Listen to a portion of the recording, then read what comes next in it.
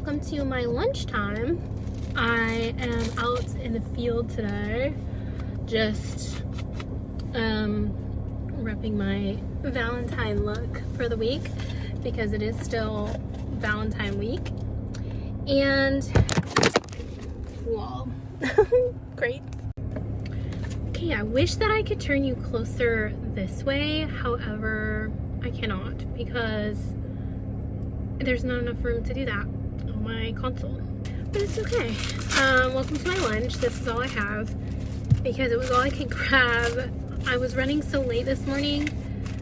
I'm not in the habit of leaving in the mornings right now, so I'm going to try and do a video right now. Normally I'm at home because I am now doing predominantly almost like 100%. This is crooked. 100% teletherapy during the day. So when I record a video, I usually will take a break between calls, like video calls, while I'm at my desk, which is why I'm at my desk a lot. But I had to go out and do some wellness checks today and do a couple in-person sessions today because of just, not that that matters. The reason, I'm just explaining that's why I'm in my car and I'm at work, but I'm between kids right now, so I'm having a lunch. And it was all I could grab before leaving because it was just a mess this morning. And it's not important, so let's just have some lunch and chat. My mom is texting me constantly. My mom probably texts me no less than, I don't know, 10 times a day. And it's between two separate messages because she'll text me directly, but then she'll also text our group chat, which is like me and my brothers, and I think my brother's wife is on that. So I'm constantly getting like messages from her. Super sweet. It's so interesting though, because when we were younger, we didn't really chat that much on, like, I think it's because she's just gotten really familiar with texting now and really obviously is alone now, so I feel like she needs a lot more connection and feeling like there's somebody out there, which is so kind and sweet that she chooses us to connect with, obviously because we're her children, as most parents will relate to, just having that connection with your kids. There was the saddest video that just popped into my head. It was like a memory of watching, and what was it? Oh, it was from Little House on the Prairie, because I'm watching that right now, by the way. I'm doing like the full series, which is a huge commitment in and of itself. I don't even know how it started. It just started with one video and now I'm just watching the whole series. But one of the episodes was about this woman who, she basically was getting older. She had a best friend who was older and she kept reaching out to her kids saying, come visit, and the kids were always too busy and they had lives and they had their own families now, and so they'd always say, oh well, we'll come on your birthday.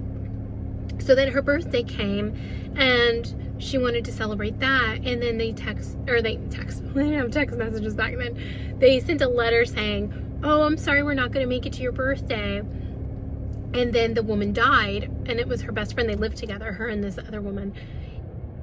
So the other woman was her best friend, and she died. And she died with the letter in her hand from her daughter saying, our family's not going to be able to come to your birthday. And it was just so sad. And the mother, the other woman, the woman that this whole story kind of revolves around, was having the same issues with her kids. But she went to the funeral for her friend, and Laura Ingle, who is one of the daughters the main daughter on Little House on the Prairie, the daughter said, it's kind of sad that you have all these people come to your funeral. It seems like you should do your funeral when you're alive. So it sparked this idea in this woman's mind And she thought, well, it's sad that people won't make time for you when you're alive, but they'll make time for you when you're dead. But by the time you're dead, it's just not, it doesn't matter anymore because you're gone. And so she basically hatched this scheme where she convinced the doctor in the town and a couple of other people to fake her death so that they would have a funeral and she could go to her own funeral. She was like dressed in black with a black veil to see who would come. Like, one of her sons went to war when he was 18 or 19 and never spoke to her again, which I find kind of strange. But she thought he was dead, but she never heard for sure. Like, the army never came to her and told her that he was dead, so she wasn't sure. And so she always held out hope that he was still alive. And this is like 20 years later. And so she created this funeral, and all of her kids came, everybody she knew came, and she just like would stand there and listen to what they would say. And then her son, the one that disappeared during the war, came. And anyway, she had her vengeance, okay? She came through and she said, you know, like, what the heck? Like, you made me think for 20 years that you were dead. Or for the kids, like, I never even got to see my grandkids, and here they are at my funeral. I mean, she has a point, okay? So just don't be that kid that doesn't ever spend time with your family or your parents and makes them have to wait until they're dead and gone to see you. Or, you know, hatch a plan to have their funeral. I actually kind of feel like funerals there should be some kind of like end of life celebration close to the time when you think someone might pass while they're still alive, so that you get that I don't know, that connection before it's too late, you know what I mean? So love your parents and love those around you and those that mean something to you, whether they're old or whether they're young or whatever it is. Don't just put it off. Don't keep putting it off, that time to visit, because you never know. You might not get another time. That's really sad and downing, but it was just interesting. But I do think about that with my own parents, because I don't know, like, I feel like this is the time to really build relationships with them and know them well enough before it's too late to do that. So I try to spend as much time with them as I can, and I feel like the older that I get, the more appreciation I have for them and the more appreciation they have for me, I think.